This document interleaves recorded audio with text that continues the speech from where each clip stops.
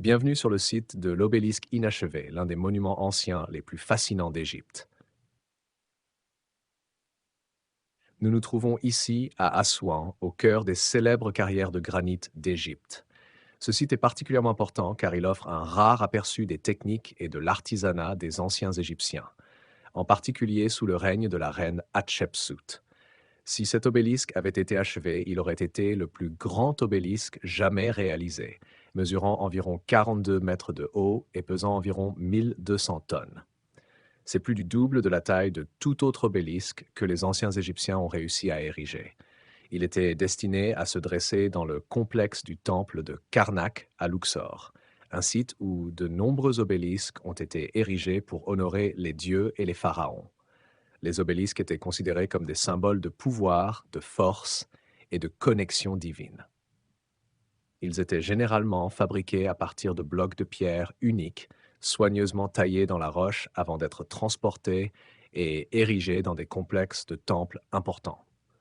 L'obélisque inachevé a été taillé directement dans le substrat rocheux ici à Assouan, et c'est l'une des principales raisons pour lesquelles ce site est si unique. Il nous offre une vue directe sur les méthodes de travail de la pierre dans l'Antiquité. D'habitude, nous ne voyons que les produits finis, des monuments massifs se dressant dans des temples ou des espaces publics, mais ici nous pouvons observer le processus. L'obélisque était en cours de sculpture sur tous les côtés avant qu'une fissure malheureuse n'apparaisse dans la pierre, forçant l'abandon du projet. Si vous regardez de près, vous pouvez encore voir les marques laissées par les outils des ouvriers, nous montrant comment ils taillaient méticuleusement le granit à l'aide d'outils primitifs, comme des marteaux de pierre en diorite. La fissure qui a causé l'abandon de ce projet massif est clairement visible et traverse le milieu de l'obélisque. Cela montre les défis auxquels les anciens Égyptiens étaient confrontés lorsqu'ils travaillaient avec de telles pièces de pierre énormes. Malgré leur habileté, même un petit défaut dans la roche pouvait anéantir des années de travail. Pourquoi cet obélisque est-il associé à la reine Hatshepsut? Nous pensons qu'elle l'a commandé pendant son règne à la 18e dynastie vers 1100 avant Josso.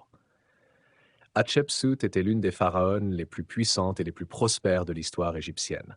Son règne est connu pour ses projets de construction massive, y compris la construction d'obélisques, de temples et du célèbre temple funéraire de Deir el-Bahari.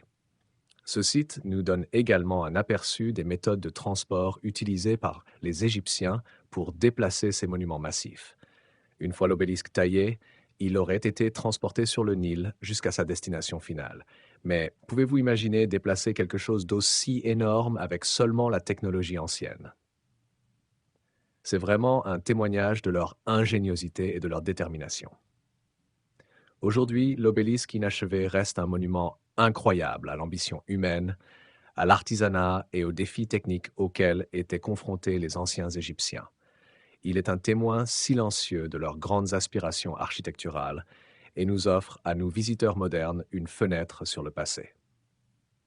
En visitant ce site, nous ne faisons pas que contempler les grandes réalisations des anciens Égyptiens, nous comprenons aussi la complexité et les risques impliqués dans leurs projets monumentaux.